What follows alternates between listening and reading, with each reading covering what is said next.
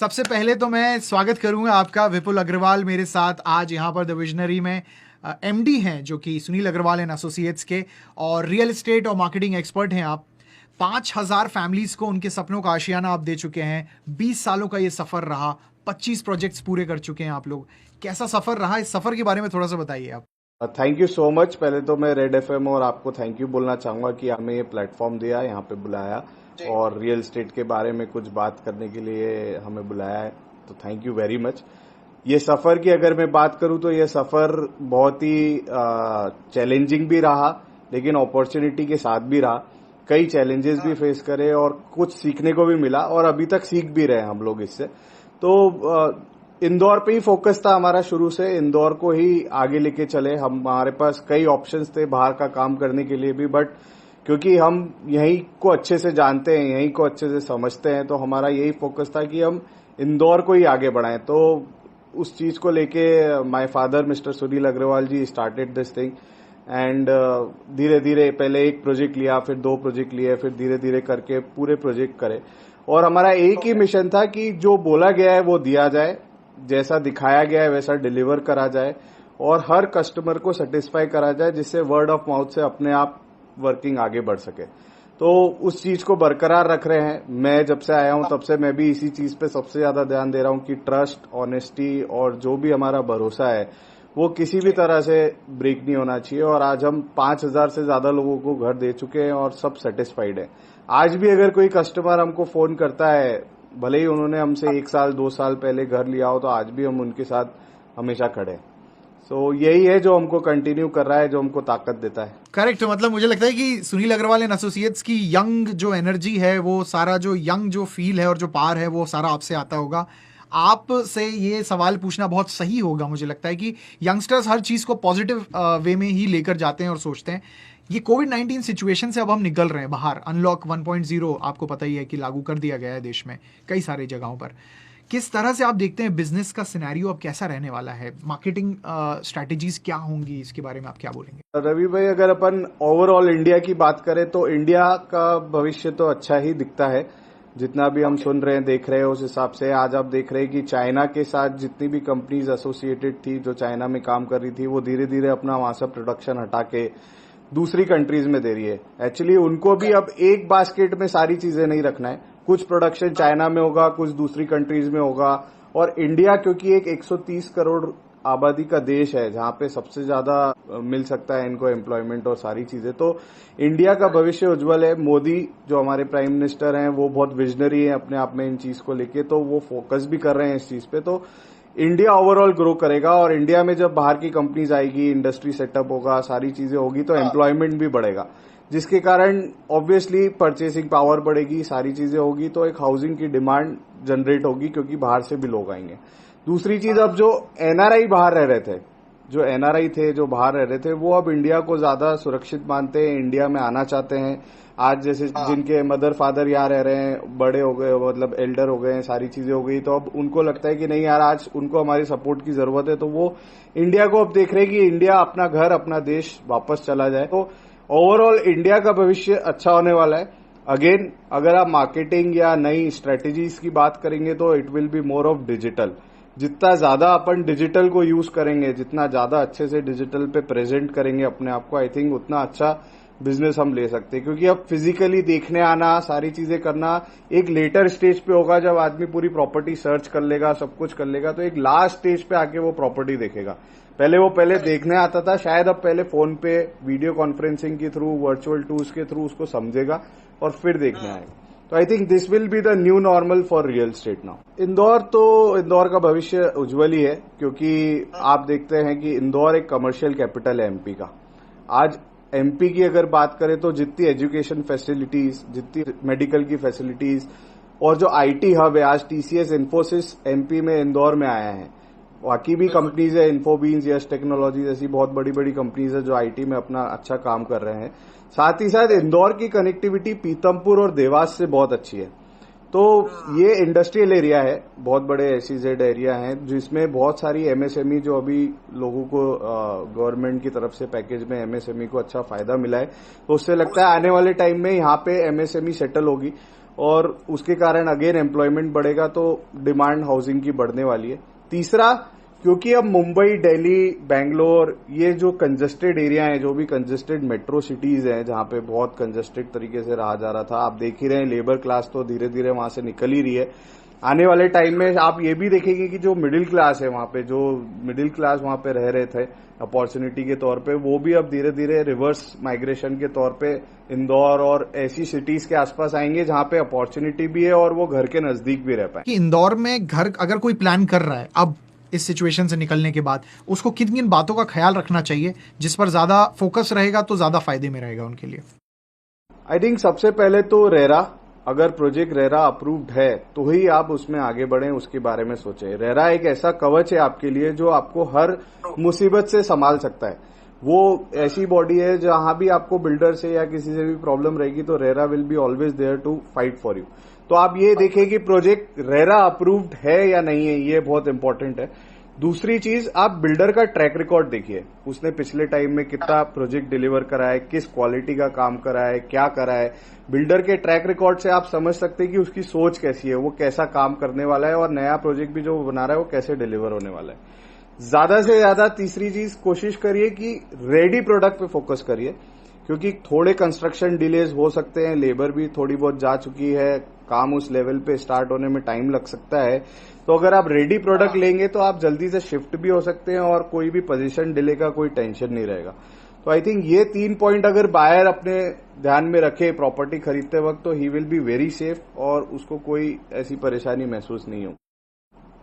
Right. और अगर अपन जैसे प्रॉपर्टी खरीदने की बात अपन कर ही रहे हैं तो कई सारे लोग ये भी सोच रहे होंगे कि अब सेव कर लें, पैसा सेव कर लें, लेकिन एक वो भी बहुत अच्छी बात रही कि इस लॉकडाउन के दौरान सबको ये एहसास हुआ है कि अपने घर में रहने की बात ही एक अलग रहती है। तो ये सही समय है प्रॉपर्टी खरीदने का, आपको लगता है, अब जब हम बाहर आए लॉकडाउन से? बिल्कुल, इसके पीछे भी 2-3 कारण है क्यों ये सही समय वो मैं बताना चाहूंगा। आपको जान के हैरानी होगी कि अभी जो होम लोन का रेट ऑफ इंटरेस्ट चल रहा है, वो होम लोन का रेट ऑफ इंटरेस्ट 2003 में भी, मतलब 2003 में इसके नजदीक आया था, लेकिन अभी तो उससे भी कम हो गया है। आज आपको 7.05% पे होम लोन का रेट ऑफ इंटरेस्ट मिलता है। तो अगर आप रेंट पे रह रहे हैं तो आप उसको ईएमआई में इजीली अब कन्वर्ट कर सकते हैं। ऑलमोस्ट आप जितना रेंट भर रहे हैं आप उतनी ईएमआई भर के आप खुद का घर प्लान कर सकते हैं। दूसरा, ये तो 2003 में भी नहीं हुआ था जब रियल एस्टेट का बूम था या सारी चीजें थी। अब आपको प्रधानमंत्री आवास योजना में 2,67,000 की सब्सिडी भी मिल रही है, या क्रेडिट लिंक सब्सिडी स्कीम में आपको 2,67,000 की सब्सिडी मिल रही है अगर आपका पहला घर है तो। क्योंकि किराए से निकल के अपना घर खरीदना है तो इससे अच्छा टाइम आपके लिए नहीं हो सकता। दूसरा, इन्वेस्टमेंट की अगर अपन बात करें तो stock market, mutual fund, gold और इन सब की सिचुएशन आप देख ही रहे हैं कितना वॉलेटाइल हो रहा है, कितना हाई रिस्की हो गया है आज के दौर में। एफडी पे बैंकों ने इंटरेस्ट रेट बहुत कम कर दिया है, जितना आपको इंटरेस्ट मिलता था अब उस लेवल पे नहीं मिल रहा है। तो एक रियल एस्टेट ही एक ऐसा रियल एसेट बचा है जो आपको एक रियल रिटर्न दे सकता है, जिसमें आपका मूल तो हमेशा सुरक्षित है, वो कहीं भी नहीं जाने वाला है। You can see it by your open eyes. तो मुझे लगता है कि ये 3-4 मुख्य कारण है जो बहुत सही समय बना रहे हैं प्रॉपर्टी खरीदने का भी। ट्रू। और एक टाइम था बचपन का, मैं आपको किस्सा शेयर करूंगा कि टाउनशिप का जब ट्रेंड आया था ना, तो मैं बहुत ही फैसिनेटिंग सा लगता था मुझे कि यार टाउनशिप में रहेंगे, एक क्लब हाउस होता है और रोड्स बहुत अच्छी होती हैं, गार्डन होता है खुद का, कोई बाहर के लोग नहीं आ सकते, सिर्फ टाउनशिप के लोग रहेंगे। टाउनशिप को लेकर आप क्या बोलना चाहेंगे? किस तरह का स्कोप है, इसका इंपॉर्टेंस बढ़ने वाला है अब आने वाले समय में टाउनशिप का, क्योंकि आप कवर्ड हो, सेफ हो? 100%, क्योंकि एक्चुअली आपने जो बोला कि आप कवर्ड हो, सेफ हो, साथ ही साथ you know your neighbours very well. आप जानते हैं कि वो क्या करते हैं, कहाँ जाते हैं। मतलब आपका एक सोसाइटी लिविंग इतना बढ़िया रहता है टाउनशिप में, जो शायद ओपन कॉलोनीज में आपको देखने को ना मिले। शायद आप आज ओपन कॉलोनी में कोई प्लॉट ले रहे हैं और आपके आसपास कौन आने वाला है, यू नेवर नो, कोई भी वो प्लॉट खरीद के आ सकता है। But when you are living in a township, वो भी एक रेप्यूटेड डेवलपर की, तो ही ऑल्सो फोकसेस कि हम एक अच्छी जेंट्री लाएं जो सारी जेंट्री से मैच करे। दूसरी चीज, आपको एक ओपन एरिया बहुत मिलता है। हर टाउनशिप आज की तारीख में 70% ओपन स्पेसेस छोड़ता है। तो इवन इन दिस लॉकडाउन हमने देखा है हमारी टाउनशिप्स में कई लोगों ने एंजॉय करा है इस लॉकडाउन को, उनकी रोड वहां पे वॉक करके, गार्डन को यूज करके, जितनी भी चीजें जो ओपन एयर थी वहां पे उन लोगों ने इसको यूज करा है और काफी एंजॉय भी करा है और एक दूसरे को सपोर्ट भी करा है। तो एक तो सेफ भी है और ये सारी चीजें भी आपको मिलती है। तो I think township will be the next thing जहां पे लोगों को फोकस करना चाहिए और अपने आप को सुरक्षित करना चाहिए वहां घर लेके। ये जो इंटरेस्ट रेट हर बैंक आजकल अच्छे ऑफर कर रहा है होम लोन पर, ये कई सारे बैंक्स निकाल चुके हैं, चाहे सरकारी हो चाहे प्राइवेट बैंक्स हो, तो इसको लेकर आपको लगता है कि डिमांड जो है प्रॉपर्टी की वो बढ़ने वाली है, लोग और ज़्यादा इससे मोटिवेट होने वाले हैं, मूव करने वाले हैं लेने में? बिल्कुल, क्योंकि आप देखिए कि होम लोन रेट अगर कम होगा, मैंने जैसे पहले भी बोला कि ये सही समय क्यों है, आपको उसमें भी बताया, तो होम लोन रेट इतना कम हो गया है कि आप रेंट को इजीली ईएमआई में कन्वर्ट कर सकते हो। मतलब आप अगर रेंट पे कर रहे हो तो it's better to buy your own home, और बजाय मकान मालिक के टेंशन से और उन सारी चीजों से खुद मकान मालिक बनिए, क्योंकि अब आपको बहुत कम ईएमआई में आपको खुद का घर प्लान करने को मिल रहा है, साथ ही साथ आपको सब्सिडी में मिल रही है। और अभी और रेपो रेट कम हुआ है, तो मुझे लगता है और अभी बैंक्स इसको 7 के नीचे भी ले आएगी, कई बैंक्स तो लेके भी आ चुकी हैं। तो वो बहुत ज्यादा फायदेमंद होने वाला है और अल्टीमेटली बहुत ज्यादा डिमांड क्रिएट करेगा। एटलीस्ट यूजर का रुख तो अब बढ़ेगा प्रॉपर्टी खरीदने में, जो पहला घर देख रहा है उसके लिए तो 100% ये अपॉर्चुनिटी है। आपका कुछ सजेशन रहेगा? गवर्नमेंट को कुछ ऐसा करना चाहिए जो लोगों को और जो है मोटिवेट करे कि हाँ भाई अपने घर में चलें आप? अगर एक ही बड़ा स्टेप ले गवर्नमेंट तो उससे ही बहुत कुछ फर्क पड़ जाएगा, उससे ही बहुत डिमांड बढ़ सकती है। अगर एमपी गवर्नमेंट ने हालांकि अभी इसको कम करा है, लेकिन वो बहुत नॉमिनल कम हुआ है। स्टैम्प ड्यूटी की मैं बात कर रहा हूँ। स्टैम्प ड्यूटी जो चार्जेस हैं वो कम होना चाहिए, मतलब ऑलमोस्ट आधे हो जाना चाहिए। अभी जो इफेक्ट आया है वो सिर्फ 0.5% का आया है, which is very nominal in terms of when you are buying a very low budget property. High end में थोड़ा बहुत फर्क मिल सकता है, लेकिन लो बजट पे अभी उतना फर्क नहीं है। तो मुझे लगता है कि स्टैम्प ड्यूटी को अगर ये आधा कर देंगे एटलीस्ट फॉर, जैसे दिवाली, दशहरा या नवरात्रि के टाइम जब ज्यादा बाइंग होती है, उस पर्टिकुलर टाइम के लिए अगर ये थोड़े टाइम के लिए भी अगर इसको कर देंगे तो ये डिमांड बहुत अच्छी क्रिएट करेगा और एक बहुत बड़ा सपोर्ट सिस्टम हो जाएगा यूजर को घर खरीदने के लिए। मैंने देखा आपकी कुछ प्रॉपर्टीज हैं जिनके नाम बड़े यूनिक रखते हैं आप लोग। कासा, ये कासा का नाम बहुत मैंने सुना हुआ है, तो ये कासा का क्या मीनिंग क्या है, जरा बताएंगे आप? Casa is a Spanish word which means a home, मतलब उसी से ही हमने इसको लिया है। और कासा के बारे में भी मैं थोड़ा बताना चाहूंगा कि ये विजयनगर के नजदीक प्रोजेक्ट है, तलावली चांदा में, और हम वहां पे ऑलमोस्ट 400 परिवार को अभी बसा चुके हैं और they are living very happily. और पूरा लो डेंसिटी कॉन्सेप्ट पे हमने प्रोजेक्ट बनाया है, जिसमें सिर्फ हमने कासा विलास जो हमारा नया प्रोजेक्ट है उसमें 10 एकड़ पे सिर्फ 200 फैमिली के लिए मकान बनाए।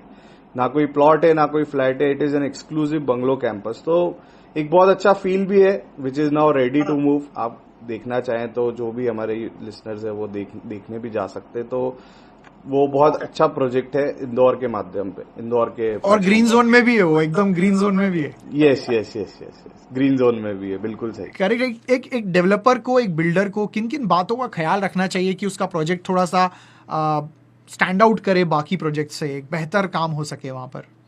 क्या बोलेंगे? आज के समय को देखते हुए अब ओपन स्पेसेस का इम्पोर्टेंस ज्यादा बढ़ेगा। आपको 70 से जितना ज्यादा आप ओपन स्पेसेस देंगे अपने कैंपस में या अपनी टाउनशिप में, उतना ज्यादा अट्रैक्शन बढ़ सकता है कस्टमर्स का।